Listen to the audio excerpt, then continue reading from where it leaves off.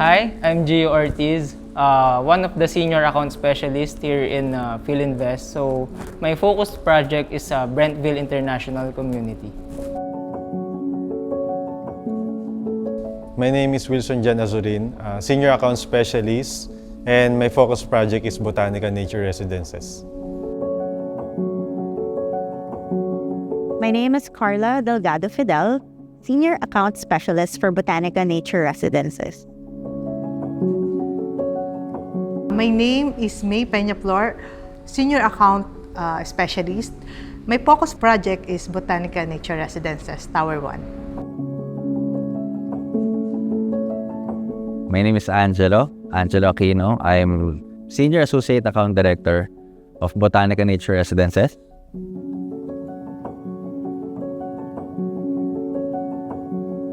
First of all, syempre, you have to have that determination in you, di ba? Just like in any other fields, kailangan mo ng determination na, lalo na sa position na to, di ba? Meron kang ina-handle na 5 to 10 people sa team, so kailangan mong magkaroon ng, maging compassionate sa bawat isa sa kanila, di ba? And para magawa mo yun, kailangan mahal mo yung ginagawa mo, di ba? Kapag gusto mo kasing ginagawa mo, madali na lang para sa'yo, everyday yun ang gawin mo, di ba? Gusto mong mag-excel bawat isa sa kanila. So siguro yun lang yung naging secret ko behind that success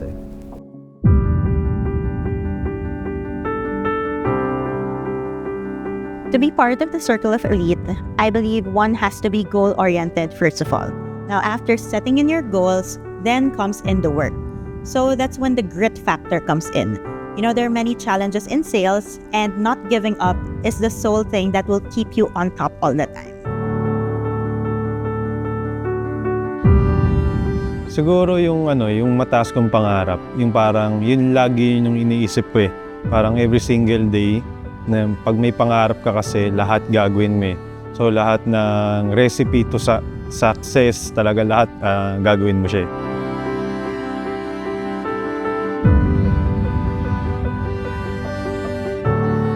Sobrang hirap. As in, sobrang hirap. Kasi imagine, 2023, I was also part of the Circle of Elite.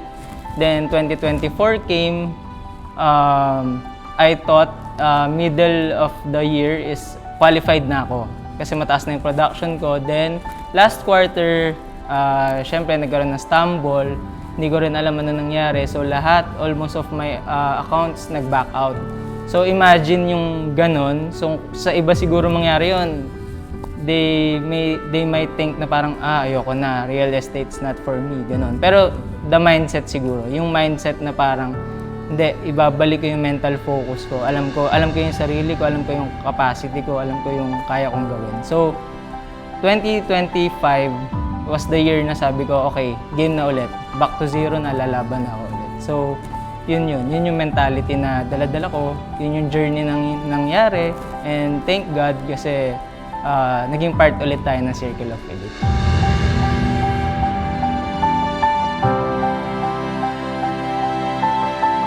To reach the top is not easy.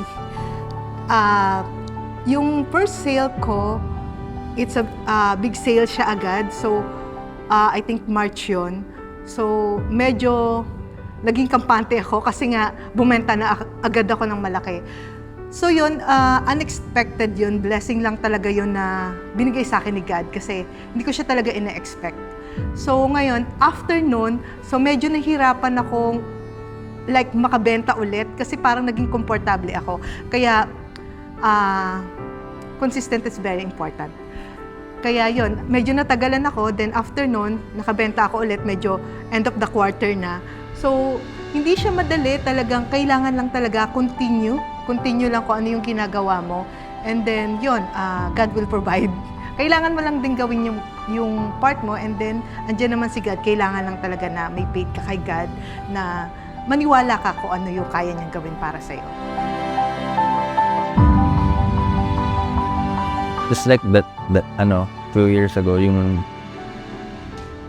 ang nakita ko lang kasi na na kailangan mo ma-experience talaga yung hardship at first Then from there kasi doon ka matututo kapag kasi naging madali na lang sa'yo binigay ni Lord lahat yung journey na yun, parang wala kang matututunan kasi dun eh. Kaya nga, di ba, si Lord parating binibigay niya sa atin, puro hardships muna eh, puro lessons muna eh, puro hindi magaganda experiences muna eh, di ba? But from there kasi, dun mo ma-realize ang galing ni Lord eh. Kasi sinasabi niya na, gusto mo maging mas matibay yung loob mo, ito ibibigay ko sa yung pagsubok. Gusto mo maging mas magaling, ito ibibigay ko sa yung pagsubok.